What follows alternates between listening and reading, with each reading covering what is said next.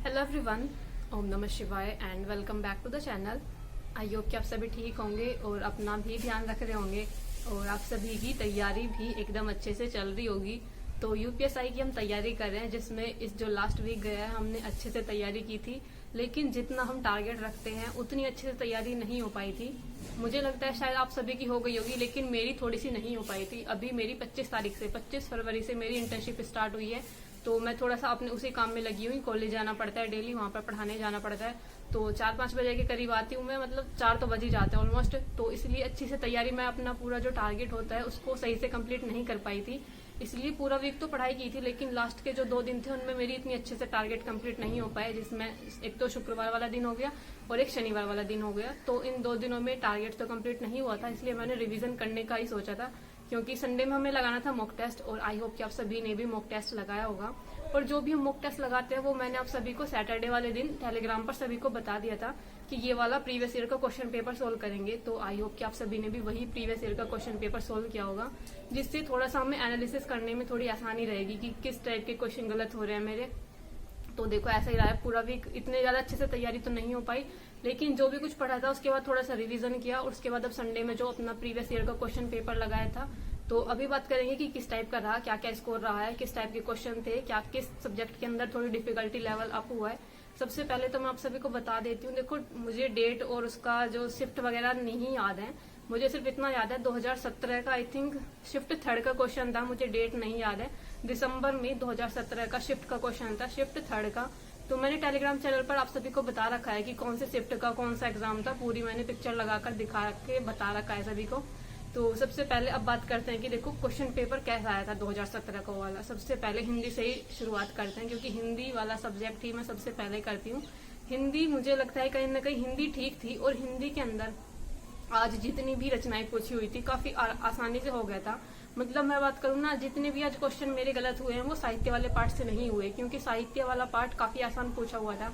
जैसे जयशंकर जी की कुछ रचनाएं पूछी हुई थी, हजारी प्रसाद द्विवेदी जी की थी, आलोक पर्व थी, और उसके बाद कालिदास जी की थी, कुमार संभवम, रघुवंशम, इस तरह की जो उनकी कृतियां नहीं है, तो कालिदास जी की थी, और जयशंकर प्रसाद जी की थी, हजारी प्रसाद द्विवेदी जी की थी। अगर हिंदी का इस वाले पार्ट से कुछ क्वेश्चन पूछा जाता है तो वो क्वेश्चन बन जाता है, क्योंकि वो इतना पार्ट डिफिकल्ट नहीं होता।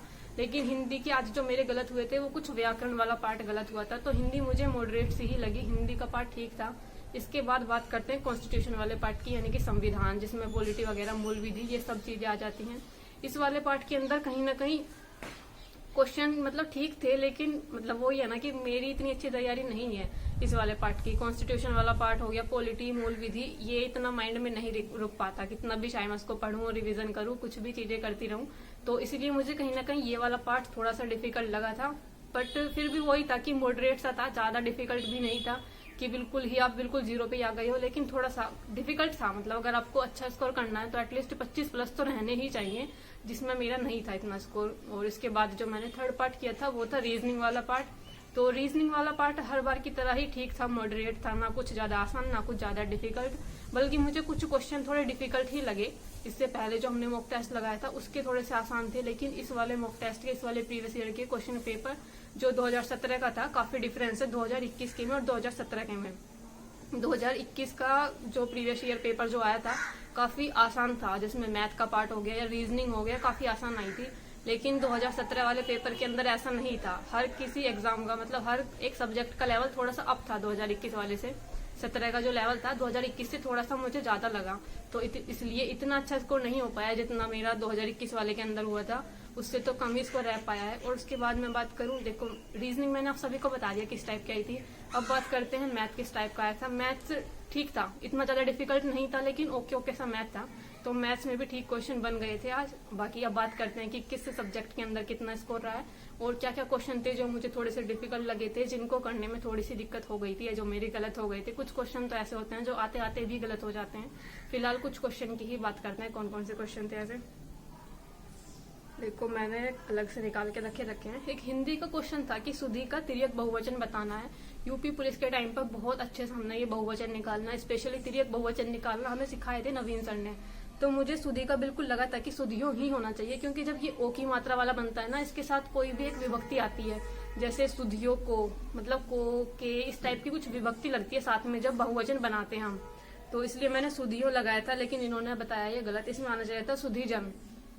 तो इसका रीजन मुझे नहीं पता क्या है, क्यों इन्होंने सुधिजन बताया। लेकिन जहां तक मैंने पढ़ा था, इस टाइप का किसी भी इस टाइप के जो वर्ड होते हैं इनका तिर्यक बहुवचन बनाने के लिए उसमें ओ लगता है, ये मैंने पढ़ा था, इसलिए मैंने ये लगाया था। ये क्वेश्चन मेरा गलत हुआ है। उसके बाद एक क्वेश्चन आया था हिंदी के अंदर ही, राम साधु तुम साधु सुजाना, राम मातु भली मैं पहचानम। इसके अंदर अलंकार पूछा हुआ था। देखो अलंकार आपने भी पढ़े हैं, मैंने भी पढ़े हैं, बहुत सारे अलंकार हमने पढ़े हैं, कुछ नए नए से भी पढ़े हैं। लेकिन ब्याज निंदा, ब्याज स्तुति, ये दोनों अलंकार कब से, मतलब कहाँ से अलंकार है, ये मैंने तो कभी नहीं पढ़े, बिल्कुल भी नहीं पढ़ा मैंने कहीं पर भी। ये अलंकार संस्कृत में होते हो तो मैं नहीं बोल सकती, लेकिन हिंदी के अंदर मैंने कभी नहीं पढ़े ब्याज निंदा और ब्याज स्तुति नाम का भी कोई अलंकार होता है क्या। इसलिए ये क्वेश्चन भी मेरा गलत हुआ है, मैंने विभावना लगाया था। एक क्वेश्चन था कि गो का सामान्य बहुवचन कौन सा, ये बताना था। देखो गलती से हो गया, गलत मतलब गलती से क्या हुआ, तो वो इतना है कि माइंड में रहता है कि जल्दी जल्दी क्वेश्चन कंप्लीट करने। मैंने लगाया था गो का गाय, जबकि वहां पर मतलब जैसे अगर तत्सम में लिखा हुआ है तो हमें उसका तत्सम में ही बहुवचन बनाना चाहिए, तद्भव में लिखा है तो तद्भव में, हिंदी में लिखा है तो हिंदी में बनाना चाहिए उसका बहुवचन, और संस्कृत में लिखा है तो संस्कृत में। मैंने यहाँ पर गलती कर दी थी, गो लिखा हुआ था, मैंने गाय लगा दिया, जबकि गोय होना चाहिए था, मतलब गोय। तनी मैं सही से प्रोनाउंसिएशन इतना सही नहीं है, लेकिन आपको समझ आ रहा होगा कि मैं क्या बोलना चाह रही हूँ। तो ये वाला क्वेश्चन मेरा गलत हुआ था।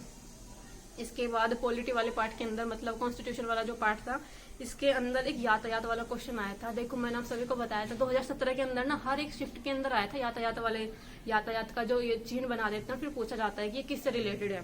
तो इसके अंदर मेरा ठीक हो गया था, ये गोल मार्ग या चौराहा मैंने इसका लगाया था। लेकिन इससे पहले जितने भी यातायात के क्वेश्चन बने मेरे कभी ठीक नहीं हुए, ये ठीक हुआ था।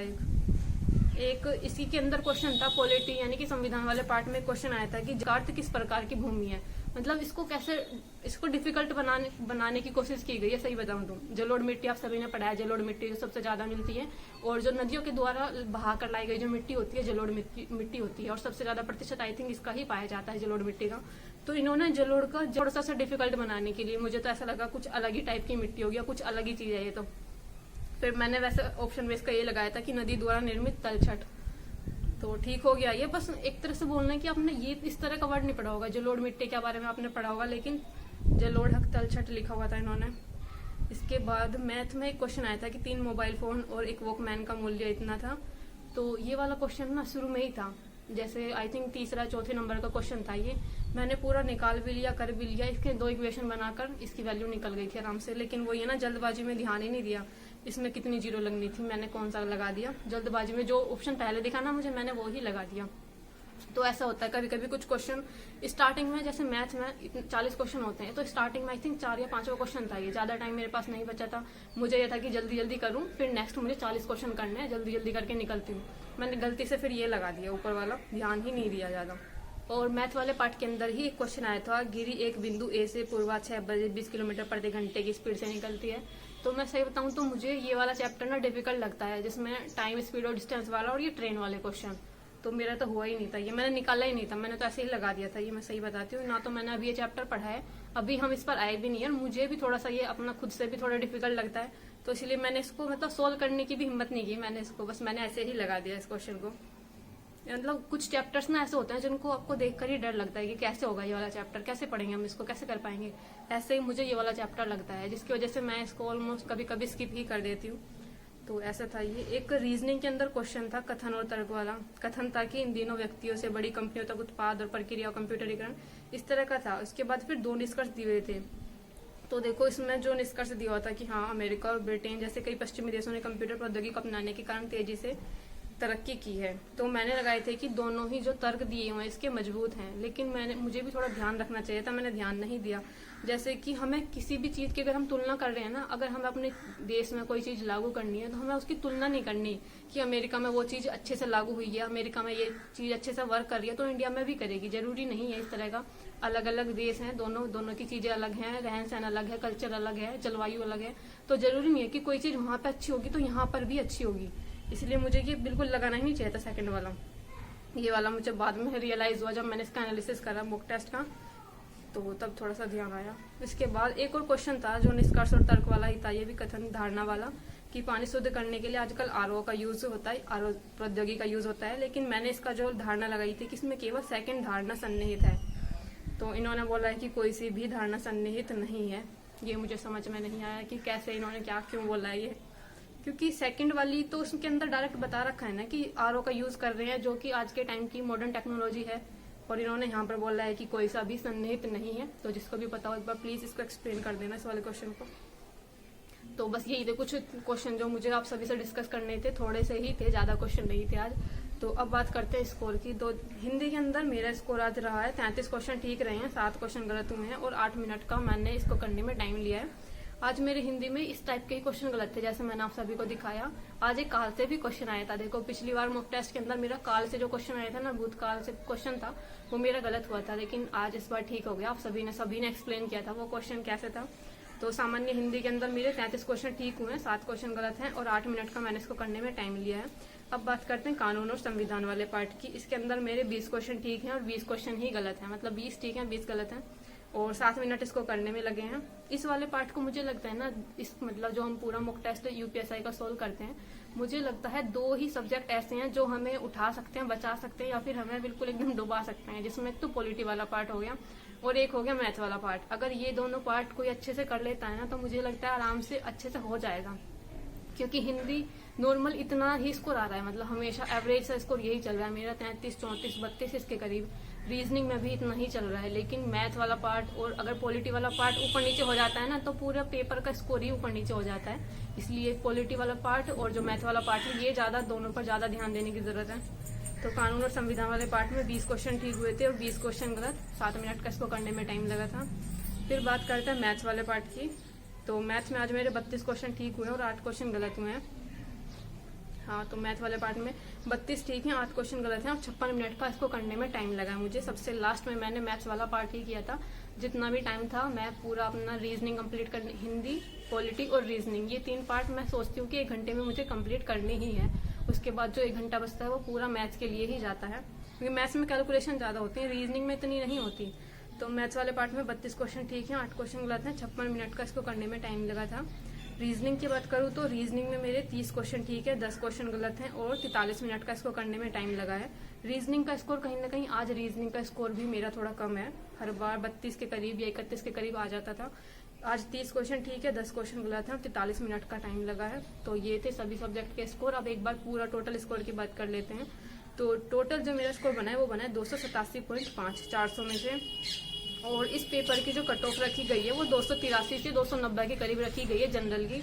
तो आज मेरे इस पर लिखा आया था कि कट ऑफ जो है क्लियर थी। आज 287.5 था जो स्कोर बना था मेरा, परसेंटाइल 93 थी, एक्यूरेसी 71.88 थी। सभी क्वेश्चन अटेम्प्ट किए थे, कोई भी क्वेश्चन अनअटेम्प्ट नहीं था, और 45 क्वेश्चन गलत हुए थे इस सभी के अंदर, क्योंकि जो क्वेश्चन नहीं आते उनको आप तुक्के से ही करते हो। तो मैंने भी ऐसे ही तुक्के से लगाए थे, सब गलत थे तुक्के लगाए हुए। 45 क्वेश्चन गलत हैं, 115 क्वेश्चन ठीक हैं, 287.5 टोटल स्कोर बना है। तो बस ऐसे ही चल रही है तैयारी। कभी कभी तो समझ नहीं आता कि तैयारी चल कैसी रही है। एक जगह से मॉक टेस्ट लगाओ तो इतना कम स्कोर आता है, और एक जगह से मॉक टेस्ट लगाओ तो काफी सही स्कोर आ जाता है। तो समझ नहीं आता कि तैयारी कहाँ कैसे चल रही है, मतलब कंफ्यूज सा हो जाता है पूरा माइंड भी। तो बस ऐसे ही चल रही है तैयारी। अभी फिलहाल तो मैं टेक्स्ट बुक पर ही लगा रही हूँ मॉक टेस्ट, मैंने आप सभी को भी बताया था। थोड़ा सा कहीं ना कहीं अभी से अगर मैं RW पर लगाने लग जाऊंगी, कम स्कोर आएगा, फिर और ज्यादा टेंशन होगी, इसलिए अभी थोड़ा सा मैं अपना टेक्स्ट बुक पर ही लगा रही हूँ, ताकि थोड़ा सा स्कोर इंक्रीज हो, थोड़ा सा कॉन्फिडेंस हो, थोड़ा सा और अच्छे से हम स्कोर कर पाए। थोड़ा इस तरह से मेहनत करते रहेंगे।